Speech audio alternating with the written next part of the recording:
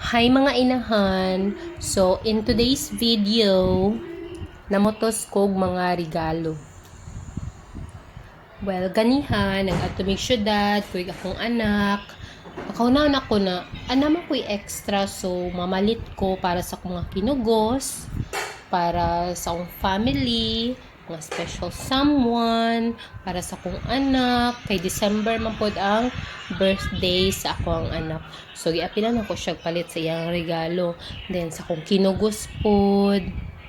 Then, sa mga bata na part sa among pamilya, na naarapod sa among pamilya, kay naman mi pa-exchanging gift, na malitpog ko. Okay, taga-amata ni Lord og gamayng blessing or blessing. So, ato na lang pong gipalit para natin mahatag kay nabigingon na it's better to give than to receive. Tama na siya, no?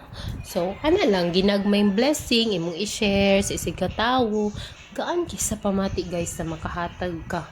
Nakusa mo nang kung na extra ginagmay, share din pag may time. Oo, di ba?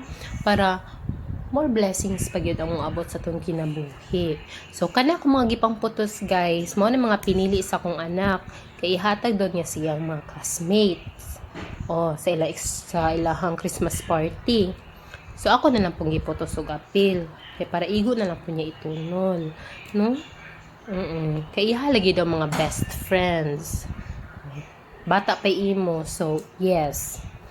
So, yung ana, lami kay sa feeling yun na mamutos kag mga regalo. Then, kani pa daw giputos para po ni sa ako ang nabunutan.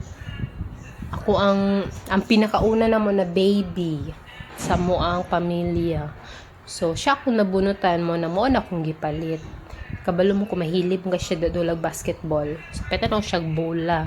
So, yung ana lang gud mga ginagmayng blessing sa kinabuhi. Palit nato pod para makashare pod ta, makapanghatag ta.